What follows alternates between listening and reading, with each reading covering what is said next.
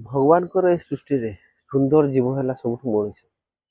ଯାହା ପାଖରେ ବୁଦ୍ଧି ଅଛି, ବିବେକ ଅଛି, ଜ୍ଞାନ ଅଛି, ସହିବାର ଶକ୍ତି ଅଛି, ଅନ୍ୟକୁ ବୁଝିବାର କ୍ଷମତା ବି ଅଛି।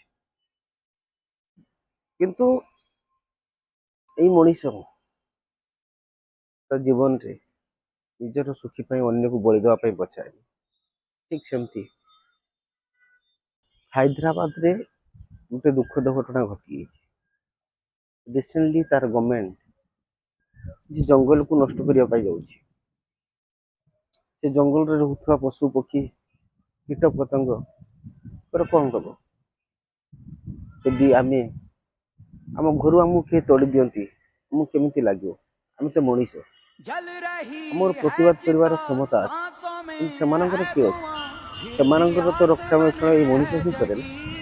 ଯେତେବେଳେ ମଣିଷ ରକ୍ଷକ ହୋଇ ଭକ୍ଷକ ଯିବ, ତାହେଲେ କାହାର ଷ୍ଟୁଡେଣ୍ଟ ଆଉ ସ୍ଥାନୀୟ ଲୋକ ଏ ପଶୁ ପକ୍ଷୀଙ୍କ ପାଇଁ ଗଭର୍ଣ୍ଣମେଣ୍ଟ ସହିତ ଲଢୁଛନ୍ତି।